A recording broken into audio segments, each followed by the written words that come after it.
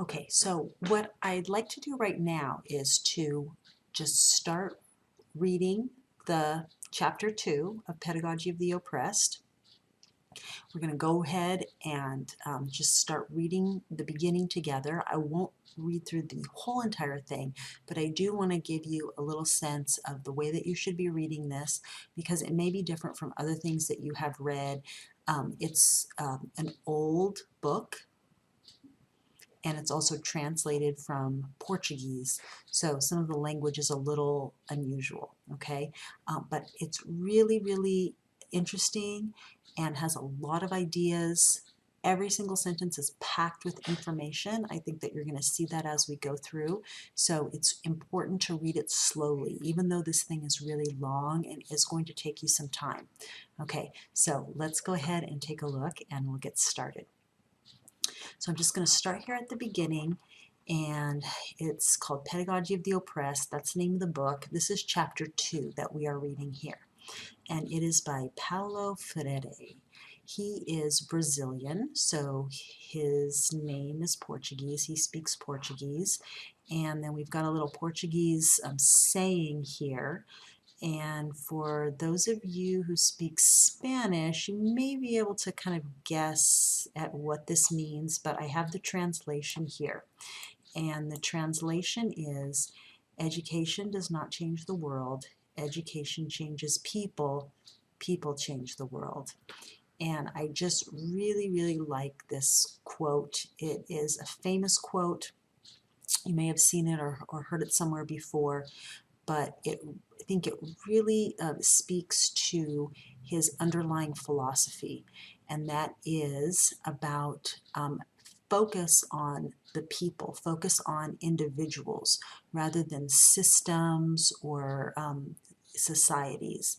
And so that was his kind of way of changing his society or making his society better, right?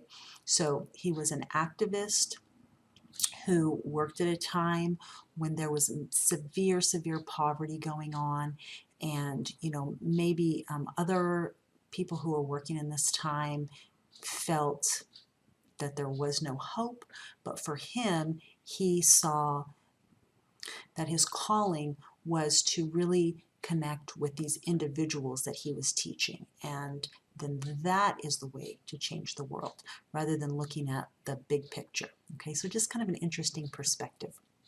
Okay, so let's go ahead and keep going. Okay, a careful analysis of the teacher-student relationship at any level, inside or outside the school, reveals its fundamentally narrative character. And so focusing on the word narrative, what does narrative mean? It means a story. So a story is something that one person tells to others. Okay, so it's kind of like this one direction message. Okay, so this relationship involves a narrating subject, the teacher, and patient listening objects, the students. So again, that's what it's talking about. This teacher is giving the message in one direction to the students, and then the students just receive it. The contents, whether values or empirical dimensions of reality. So it's kind of like either teaching values or teaching facts, tend in the process of being narrated to become lifeless and petrified. Okay, now really focusing on what he's talking about here, lifeless and petrified.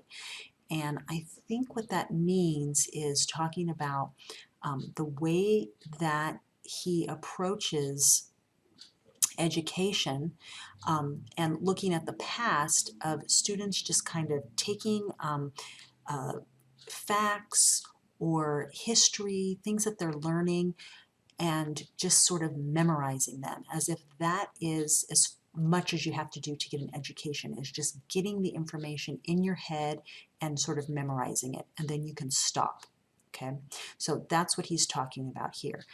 And then his last sentence is interesting one. Education is suffering from narration sickness. So that tells you that this sort of narrative type of education is wrong. This is not what we should be doing. That was Freire's opinion about this. Okay, and then to go on, again, he's describing the situation as he sees it, and it's not necessarily a positive one. The teacher talks about reality as if it were motionless, static, compartmentalized, and predictable. Or else he expounds on a topic completely alien to the existential experience of the students. Okay, so what does that mean? When the teacher is sort of talking about these things that are not connected to the students' lives, that are not important to students, that just are of no use to them, really. They don't care about them. And his task is to, that means the teacher's task is to fill the students with the contents of his narration. So it's like the students are an empty cup, and then the teacher has to fill them with the information. Contents which are detached from reality, disconnected from the totality of that engendered them, and could give them significance.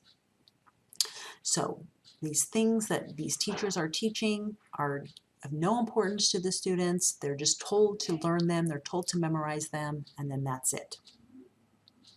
Words are emptied of their concreteness and become a hollow, alienating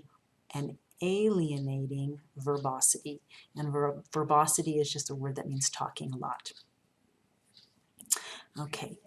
The outstanding characteristic of this narrative education, then, is the sonority of words, and that means the sound of words, not their transforming power. So then he has an example here in quotations. 4 times 4 is 16. The capital of Para is Belém, and that is a city and a state within Brazil.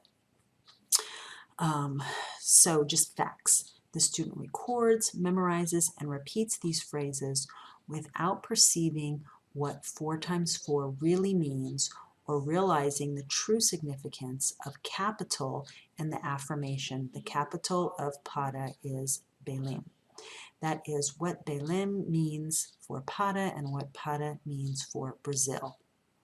So again, he's talking about the fact that students often have to memorize these different facts and learn these different facts or pieces of information, but they're never asked to really think about why they're learning or what these things really mean to the student.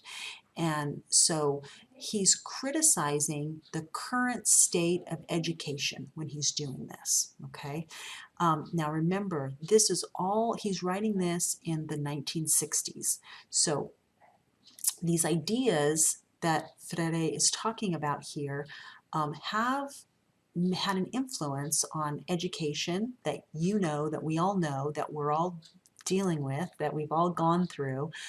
But at the same time, we can still see that a lot of times in your classes that you've taken, maybe college classes that you've taken, or high school classes, or maybe even when you were younger in elementary school, that these classes that you've had and these teachers that you've had kind of still fit this model where the teacher is just, standing up in front of the class and telling the students all this information, making the students learn the information, but not really explaining why the students should learn the information or what the importance is of their lives. And so this is what Freire is very critical of. Okay, I'm going to stop this video here and then we'll start another one with the next page. Okay.